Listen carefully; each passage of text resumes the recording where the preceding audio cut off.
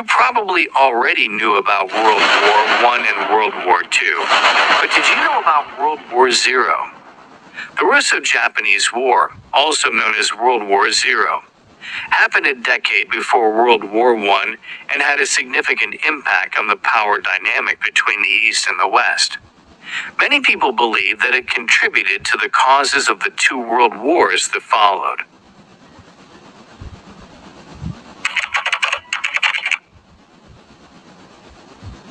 In the early 20th century, when King Tsar Nicholas II came to power in Russia, the expansionist policy was strengthened.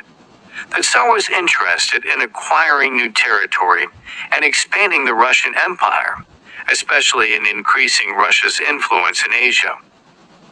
As the demands for commercial support for its navy increased, the Russian Empire was in dire need of a stable warm water port, since Russia's own port cities, like Vladivostok and further north, were prone to ice flows. Nicholas set his sights on the Korean and Liaodong peninsulas.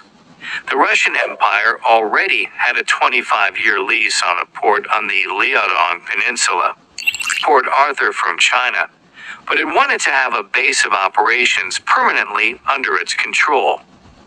As for Japan, after the Second Sino-Japanese War of 1894 to 1895, Japan dethroned China as Asia's #1 powerhouse. Japan stepped into its Meiji era, an era of restoration in which Japan was modernized and strengthened. No longer a weak, small Asian country, Japan began to have solid imperial ambitions in Korea and northern China.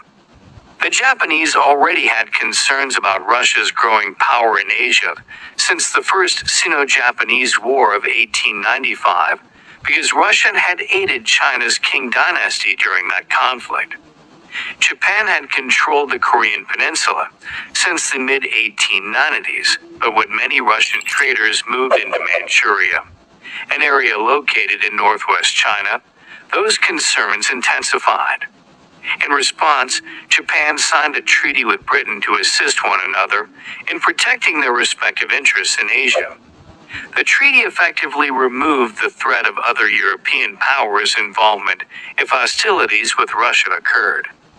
Realizing the two countries' potential conflict in military, political, and commercial interests in East Asia, Japan wanted to use diplomatic negotiation to ease the matter. They proposed to fully recognize Russia's autonomy in Manchuria, as long as Russia also recognized Japan's control of Korea.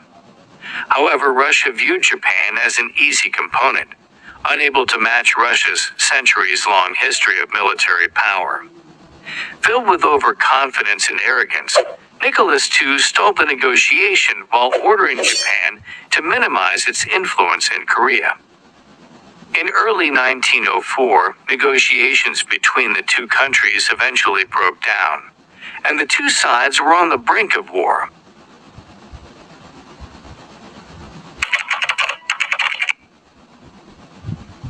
With British support, on February 8, 1904, Japan's forces launched a surprise attack on the Russian army at Port Arthur.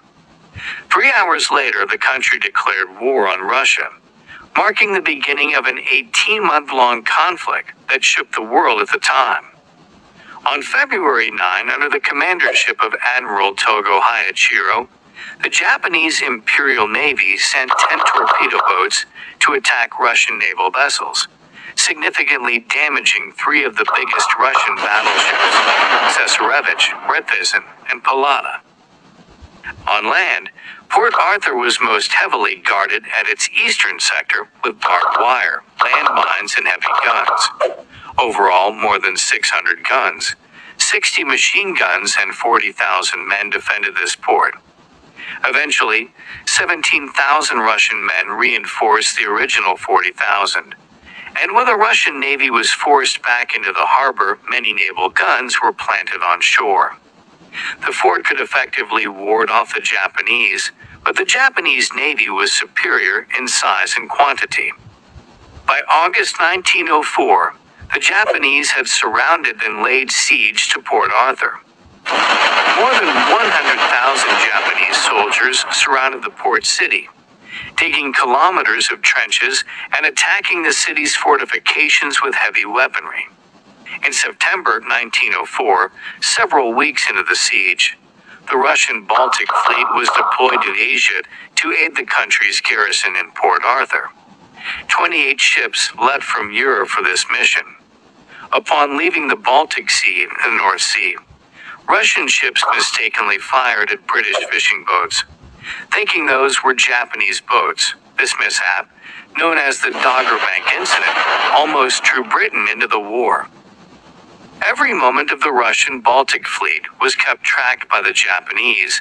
This helped them know the fleet's location, number of ships, and their likely course, therefore giving them months to prepare to defend the fleet. Due to blockade by the British via the Suez Canal, the fleet had to follow, taking more than 8 months to reach Asia. Meanwhile, the siege of Port Arthur lasted for 5 months until January 2, 1905, when Lieutenant General Anatoly Stessel, the fortress commander, surrendered without consulting his officers. This decision was seen as either incompetence or treachery. Stessel was later found guilty of treason and sentenced to death, but he was eventually pardoned. The loss of Port Arthur, Russia's only military stronghold in the region, was a major strategic and political setback. Although Japan had proved to be victorious in the Battle of Port Arthur, the victory did not come without a heavy price. Japan had 60,000 casualties as opposed to Russia's 30,000 after 240 days of constant fighting. Commander Noji Marisuke of Japan lost both sons in this battle, which greatly hindered his leadership abilities.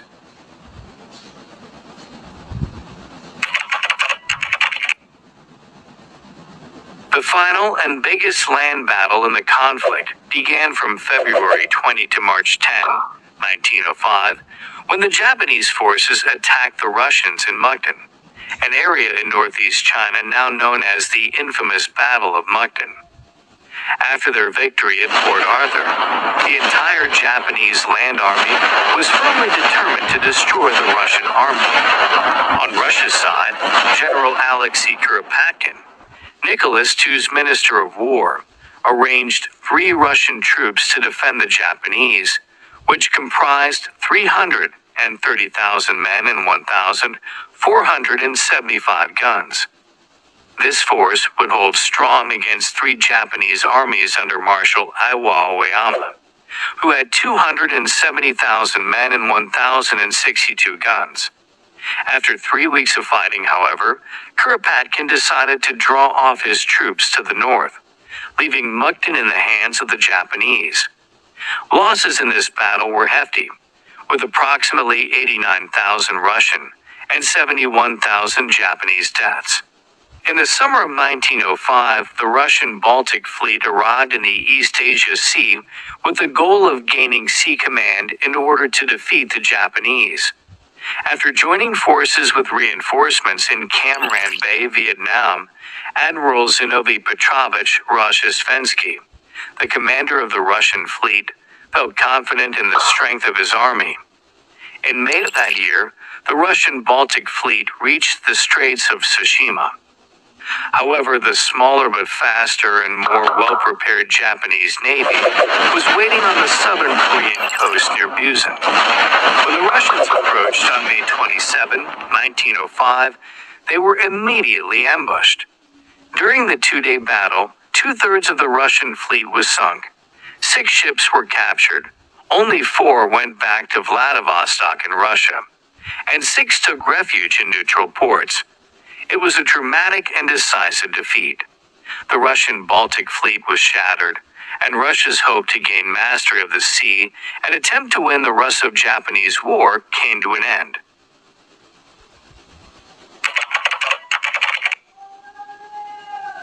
After 2 enormous land and naval humiliations, Nicholas II had no choice but to settle for a peace agreement with the Japanese. The Treaty of Portsmouth, mediated by U.S. President Theodore Roosevelt, was signed at Portsmouth, New Hampshire, during the summer of 1905. The Japanese side presents 3 indispensable conditions for peace. 1. Recognition of Japanese control of Korea. 2. Evacuation of Russian troops in Manchuria. And 3. The possession of Port Arthur. All of these conditions were met, as well as an extra bonus of receiving the southern half of Sakhalin.